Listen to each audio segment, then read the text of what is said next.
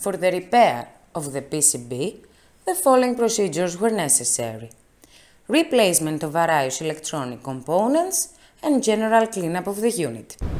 For testing, we use 200-volt AC power supply. When we turn on the power supply, the unit reacts accordingly and we can see the LCD lighting up.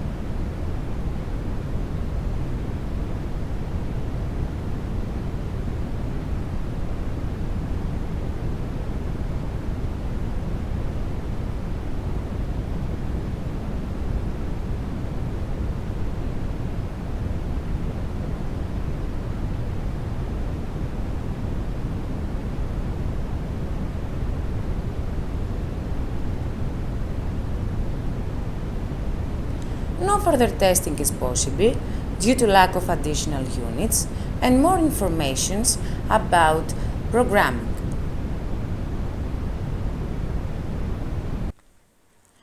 It is now clear that the PCB is working successfully and it is ready to be delivered to the customer.